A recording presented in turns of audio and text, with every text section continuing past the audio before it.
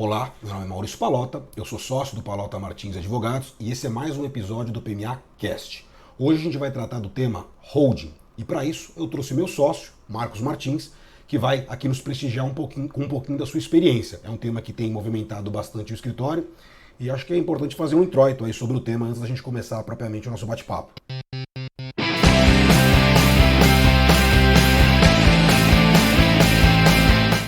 Prazer estar aqui, Maurício, para a gente conversar um pouquinho sobre a nossa rotina de holding, que está dentro aí da área societária, a área da qual eu ajudo a organizar e capitanear aqui no escritório. E realmente, de alguns meses para cá, esse tema da holding acabou tendo uma demanda, uma procura maior dos clientes, das pessoas interessadas em conhecer um pouco mais desse tema, né? Como esse serviço pode ajudá-los, né? Acho que grande parte dessa preocupação é segurança no mercado e, de uma certa forma, tentar se proteger. Então acho que é legal para até colocar todo mundo na mesma página, né, você explicar um pouquinho para a gente o que seria uma holding patrimonial, sim, quais seriam os principais objetivos, né, de uma pessoa física ou uma pessoa jurídica constituir uma holding e qual seria a proteção que ela poderia oferecer, né, para os interessados.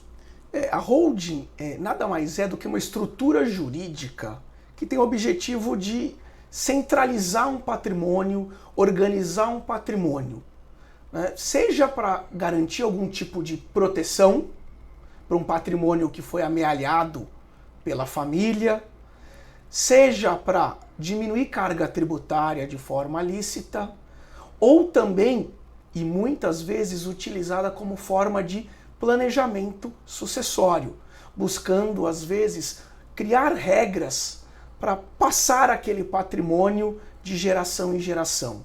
Então ele acaba tendo esse tripé: proteção, economia tributária e planejamento sucessório. Então quer dizer, no planejamento sucessório você consegue, de certa forma, bem entre aspas, burlar a burocracia judiciária ou de cartório e facilitar a transmissão também de patrimônio amealhado ao longo de uma vida. É que você veja, hoje uma sucessão, principalmente quando você tem herdeiros menores de idade ou você tem um patrimônio muito grande, além de ser custoso, você tem, como você mencionou, essa burocracia que muitas vezes envolve o Poder Judiciário.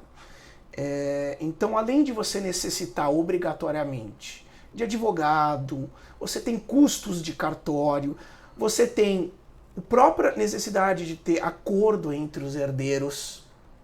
Então tem todo um procedimento burocrático que pode ser encurtado por meio de uma estrutura de holding.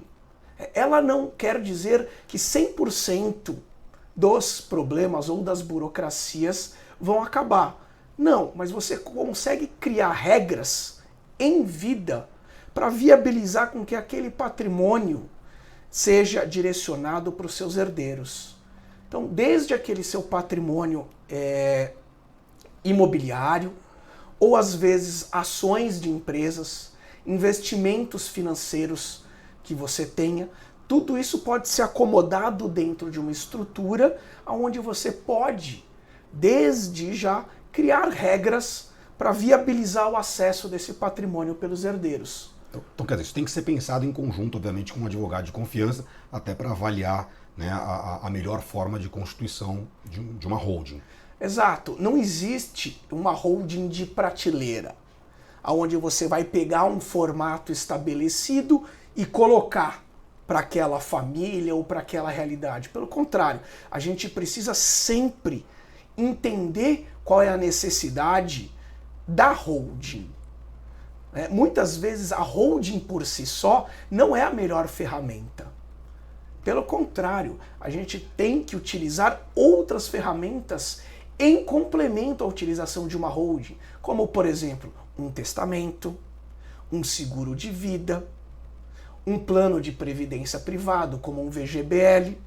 Tudo isso circundando uma estrutura de planejamento sucessório patrimonial que realmente traga uma eficiência, para que depois um herdeiro ou alguém não se sinta prejudicado e venha querer anular toda uma estrutura que foi desenhada justamente para permitir que aquele herdeiro, que aquele cônjuge, que aquele neto, ou até que aquele pai, aquela mãe, aquele avô, aquele avó, tenham acesso a um recurso, a um patrimônio de forma rápida e de forma, às vezes, mais barata do que o passo a passo de um inventário ou judicial ou extrajudicial, né? E você falou também do aspecto tributário, né? Então, você consegue dar algum exemplo, assim, obviamente, cada caso vai ter a sua peculiaridade, de benefício fiscal que, por exemplo, uma holding pode trazer? Claro, e isso tem principalmente para quem tem patrimônio imobiliário. Então, hoje, você alugar imóveis na pessoa física tem uma tributação pela tabela progressiva, que pode chegar a 27,5%. Na hora que você constitui uma holding imobiliária para gestão desses imóveis, essa tributação cai para 14,5%. Então você tem uma eficiência tributária aqui.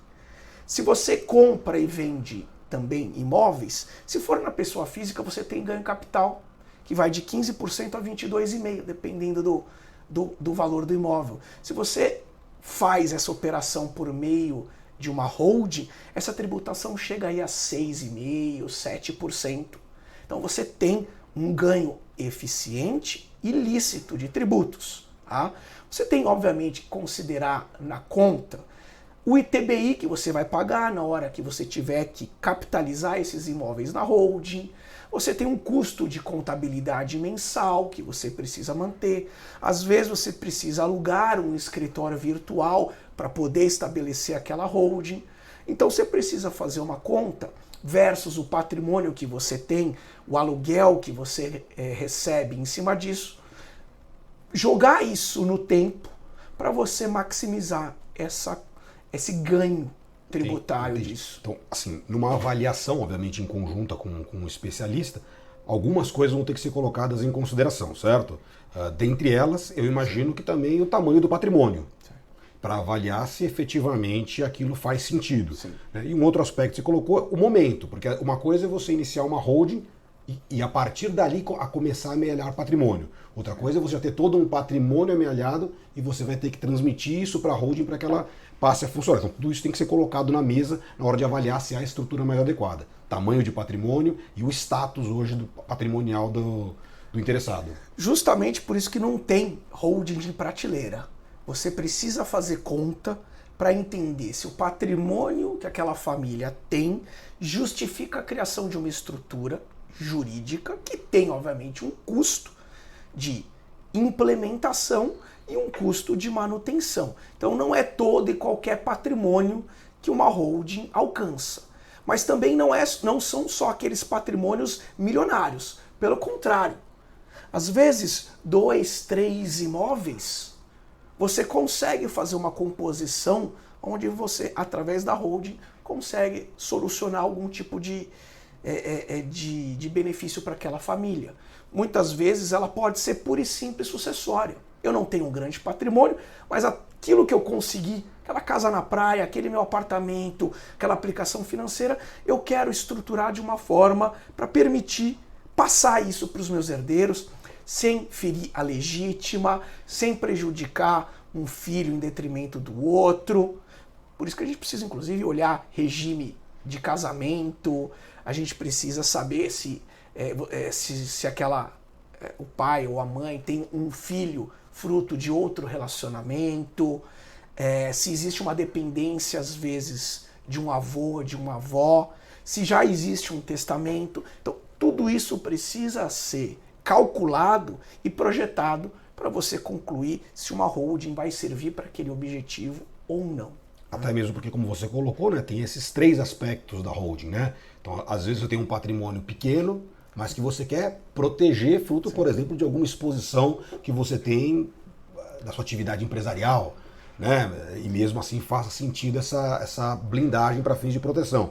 Ou para fins sucessórios, que aí a avaliação vai ser feita de forma diferente, ou global, né? Para entender se no contexto total de economia tributária, planejamento sucessório e blindagem de patrimônio faz sentido, certo? Exatamente. E muitas vezes você tem estruturas só para proteger ou segregar o patrimônio pessoal daquele empresário do patrimônio profissional, aquele que é colocado em risco fruto da atividade empresarial. Então você consegue criar uma estrutura para segregar esse patrimônio e diminuir a exposição a eventuais dívidas, dívidas fiscais, dívidas trabalhistas, dívidas bancárias. Isso não significa, obviamente, uma blindagem 100%, mas você, de forma lícita e seguindo todos os parâmetros que a lei te dá, faz uma segregação tirando do CNPJ e jogando para um outro CNPJ, do pessoal, você consegue criar camadas de estruturas para evitar que, por exemplo, você tome lá um bloqueio online de um dia para o outro sem saber de onde veio, ou um arresto de uma casa sua que você mora, fruto às vezes de uma sociedade que você teve há 10, 12 anos atrás. Então, ela é muito útil também para isso. Obviamente que não é para esconder patrimônio. Perfeito. Não é para fraudar credores, não é para fraudar a execução. Isso são procedimentos ilegais, ilícitos.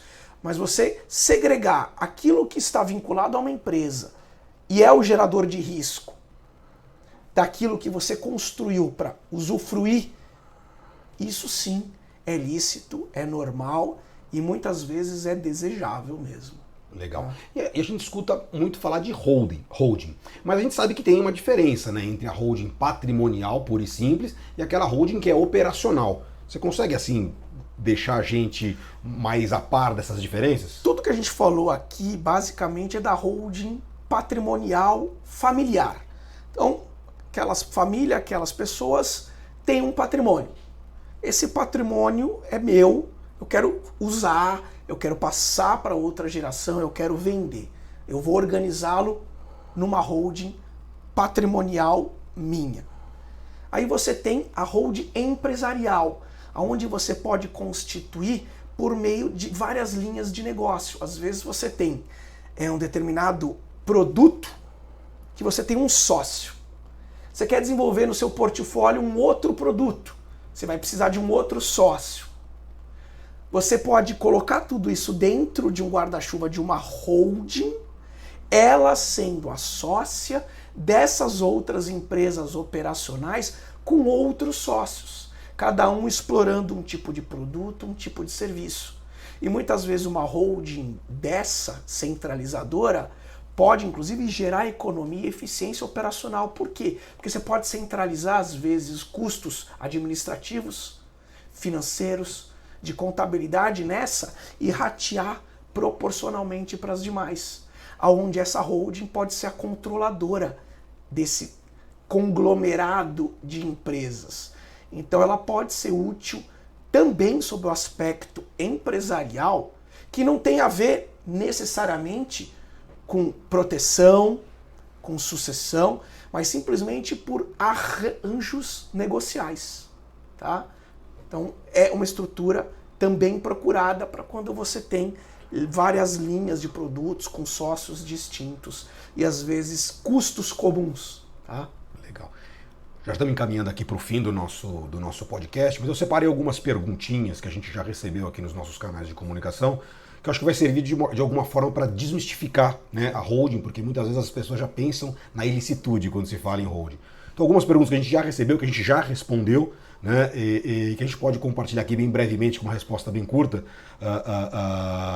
os aspectos que a gente pode considerar. Então, primeira delas, a holding patrimonial é uma forma ilegal de evitar pagamentos de impostos? Não, de jeito nenhum, né? Você não cria uma holding tendo por objetivo não pagar imposto ou deixar de pagar um credor, tá? É um mecanismo legítimo, previsto em várias normas e que você, utilizando de forma correta, transparente, é lícito e é legal, tá? Uma outra questão que a gente já respondeu, se a holding patrimonial de alguma forma, ela limita o controle de bens pelos sócios? Não, na verdade você consegue criar dentro da holding estruturas, gatilhos e cláusulas para manter o acesso ao patrimônio. Então, por exemplo, você eventualmente pode criar uma holding com o seu patrimônio, incluindo seus familiares, e doando essas cotas para eles, mantendo para si o usufruto vitalício, aqueles direitos políticos e econômicos sobre aquelas cotas. Você inclusive pode nomear com cláusula de reversão. Caso algum dos herdeiros que recebeu essas cotas venha a falecer antes de você, ela retorna ao seu patrimônio. Então você tem mecanismos de manter o acesso. Inclusive, por meio, por exemplo, de um acordo de sócios, você pode criar como se chama, como a gente costuma chamar de golden share. Então, às vezes você tem uma participação minoritária na empresa, mas ela te dá o poder de veto sobre várias matérias que você, controlador de fato, entende que são importantes. Então, sim, a holding ela é um mecanismo muito versátil para a gestão do patrimônio.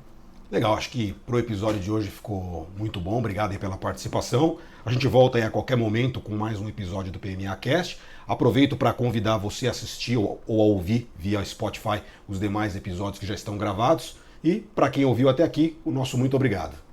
Obrigado, até a próxima. Tchau, tchau.